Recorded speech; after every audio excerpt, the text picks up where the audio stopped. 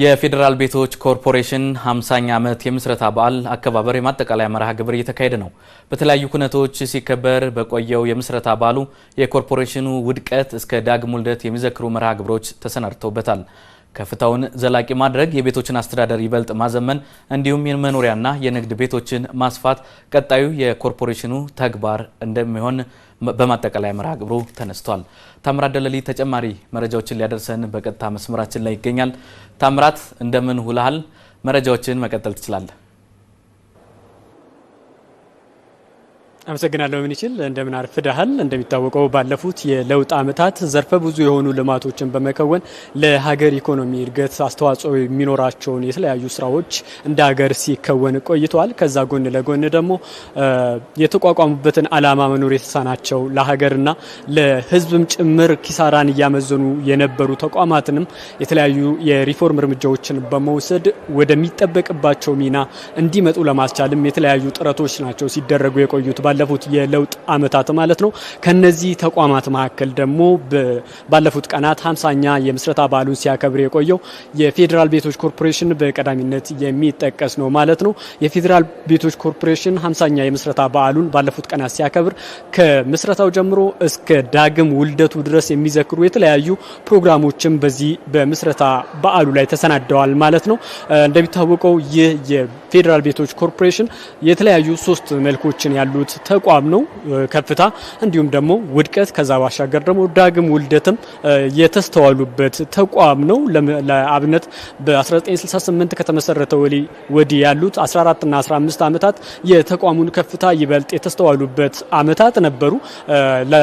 ይህንንም ለማለት የሚያነሳሱ የተለያዩ ተግባራቶች የተስተዋሉበት ነው። በተለይም ደግሞ ለከተሜነት የሚመጥኑ የተለያዩ ህንፃዎች የተስተዋሉበት፣ የዲፕሎማቶች መኖሪያ የተሰሩበት፣ የተለያዩ የንግድና የመኖሪያ ቤቶችም ጭምር የኃላፊዎችም የአመራሮችም ጭምር መኖሪያ ቤቶች የተስተዋሉበት፣ ከተሜነትን የሚመስሉ ህንፃዎች የተሰሩበት፣ በአግባቡም የተመሰረተበትን ዓላማ እውን ለማድረግ ጥረት ሲያደርግበት የቆዩ ዓመታቶች ነበሩ።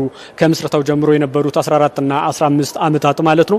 ይሁንና ከዛ መልስ ያሉት 28 ዓመታት ተቋሙ አንድም ህንፃ እንኳን መገንባት እስከሚሳነው ድረስ አቅም ያጣበት፣ ከፍተኛ ኪሳራን የሚያስተናገደበት ውድቀት ውስጥ የገባበት ዓመታት ነበሩ 28 ዓመታት ማለት ነው። ለዚህም አብነት ሊሆን የሚችለው ተቋሙ ለሰራተኞቹ እንኳን ደሞዝ መክፈል እስኪሳነው ድረስ አቅም ያጣበት፣ ከዛ ባሻገር ደግሞ ንብረቶቹን እንኳን በአግባቡ ማስተዳደር የተሳነበት ወቅት ላይ ነበረ። በተቋሙ የነበሩ ንብረቶች ወደ ግለሰቦች እንደ ዋዛ ፈዛዛ ሲተላለፉ የነበረበት፣ በግለሰቦች ሲተዳደሩ የነበረ ለበርካታ ዓመታትም በዛው የዘለቀበት ጊዜ ነበረ። ይህ የ28 ዓመታት ማለት ነው። ተቋሙ ከምስረታው ጀምሮ የሚጠበቅበትን ሚና ተወጥቶ ቢሆን ኖሮ ዛሬ ታላላቅ የሚባሉት ተቋማት እንደነ ኢትዮ ቴሌኮም፣ አየር መንገድና የኢትዮ ኤሌክትሪክ አገልግሎት በመሰለ በነሱ ደረጃ ላይ ሊነሳ የሚችል ተቋም ነበረ ከጅምሩ አንስቶ በነበረበት እርምጃ ተራምዶ ቢሆን። ይሁንና የነበሩት 28 ዓመታት ተቋሙን ወደ ኋላ ጎትተውት ሰራተኞችም ተስፋ ወደ መቁረጥ ያመዘኑበት ወቅት ነበረ። ከፊሎቹ ስራቸውንም የተውበት፣ ገሚሶቹ ደግሞ በእኔነት መንፈስ መስራት የተውበት ተቋም ነበር 28 ዓመታትን ያሳለፈው ማለት ነው። ይሁንና ቀደም ብዬ እንዳነሳሁት የለውጡ መንግስት ወደ ስልጣን ከመጣ በኋላ የለውጥ ሂደት ከተጀመረ በኋላ ይህ ተቋም ዳግም ውልደቱን ነው ያሳየው ማለት ነው። ከእዳም ወደ ምንዳ የተሸጋገረበት ባለፉት 8 ዓመታትን አስተውለናል ማለት ነው። ኮርፖሬሽኑ አሰራሮቹን ይበልጥ ያዘመነበት፣ ከፍተኛ የሆነ የሪፎርም እርምጃ የተወሰደበት ተቋም ነው ይህ የፌዴራል ቤቶች ኮርፖሬሽን ማለት ነው። ለዚህ ደግሞ ማሳያነቱ አስተዳደሮቹን ያዘመነበት፣ ከዛ ባሻገር በግለሰብ ደረጃ ተይዞ የነበሩትን ንብረቶቹን በማስመለስ ማስተዳደር የቻለበትም ወቅት ነው ይህ ያለፉት 8 ዓመታት ማለት ነው። ለዚህም ነው ለፌዴራል ቤቶች ይህ የ8 ዓመታት ይህ የለውጡ ዓመታት የዳግም ውልደቱ ነው ሊባል የቻለው ማለት ነው። ከግለሰቦች ንብረቶቹን ባሰባሰበበት፣ በተለይም ደግሞ ከአዲስ አበባና በድሬዳዋ ብቻ ከ18000 በላይ የሚሆኑ ቤቶችን ነው ወደ ተቋሙ መመለስ የተቻለው ማለት ነው። ባለፉት 8 ዓመታት በዚህ በለውጥ ጊዜያቶች ማለት ነው ፌዴራል ቤቶች ኮርፖሬሽን ወደ አቋሙ ወደ ተያዘለት ዓላማ በመመለሱ በ22 የተለያዩ ሳይቶች ላይ የቤት እንዲሁም የሱቅና የንግድና የመኖሪያ ቤቶችን ግንባታ መከወን ችሏል። ከነዚህ ከ22ቱ ሳይቶች ውስጥ 10ዎቹ ላይ ሲሰራቸው የነበሩት ሳይቶች በ10 ሳይቶች ላይ ሲሰራ የነበረው ስራ ተጠናቆ ለንግድ እንዲሁም ደግሞ ለመኖሪያነትም የአገልግሎት መስጠት ጀምረዋል ማለት ነው።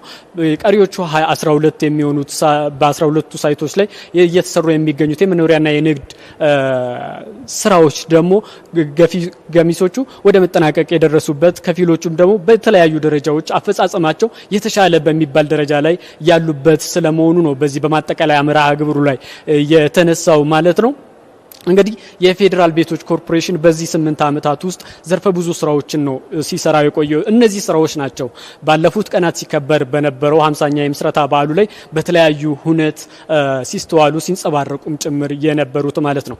በዛሬው ዕለት ማጠቃለያ መርሃ ግብሩም ሲደረግ ከዚህ ቀደም ከሰራቸው ባለፉት 8 ዓመታት ባለፉት የለውጥ ዓመታት ከሰራቸው ስራዎች ባሻገር እጅጉን ከፍተኛ የቤት ስራዎችም እንደሚጠበቅበት ጭምር ነው በዚህ መድረክ ላይ የተነሳው ማለት ነው። በተለይም ደግሞ በጉባ ብስራቶች መካከል አንዱ የሆነው የ1.5 ሚሊዮን የመኖሪያ ቤቶች ግንባታ ወደሚጨበጥ ተስፋ ወደሚጨበጥ ተግባር ለመቀየር በሚደረገው ጥረት ውስጥ የፌዴራል ቤቶች ኮርፖሬሽን ከፍተኛ ሚና የሚጠበቅበት ስለመሆኑ ነው የተነሳው ማለት ነው። ከዛ ባሻገር የጀመረውን የአስተዳደር ጥንካሬ ማስቀጠል እንዳለበትም ጭምር ነው የተነሳው። ከዛ ባሻገር አሰራሮቹን በቴክኖሎጂ የተደገፉ በማድረግም ይበልጥ ውጤታማነትን ለማምጣት መጣር እንዳለበት ጭምር ነው የተነሳው ማለት ነው። ከዛ ባሻገር ደግሞ ይህንኑ ትልሙን ይህንኑ አሰራሩን ይበልጥ ወደፊት በመግፋትም ጭምር መስራት እንዳለበት አሁን ላይ በርካታ የመኖሪያ ቤት ጥያቄዎች አሉ። እነዛን ከመመለስ አንጻር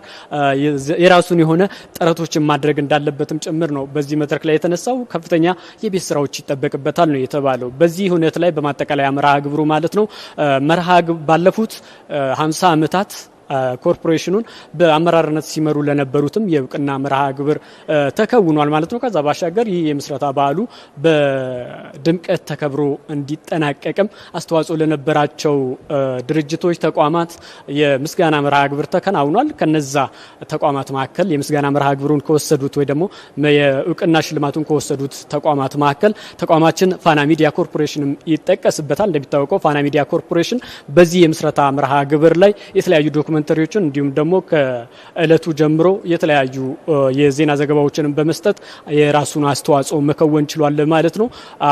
የሚመጡትን ጊዜያትም በስኬት ለማጠናቀቅ እንግዲህ የተለያዩ ተቋማት አሁንም አጋርነታቸውን ማሳየት እንደሚጠበቅባቸውም ጭምር ነው በዚህ መድረክ ላይ የተነሳው ማለት ነው። ለአሁኑ ያለኝ መረጃ ይህን ይመስላል። አመሰግናለሁ። ምን ይችላል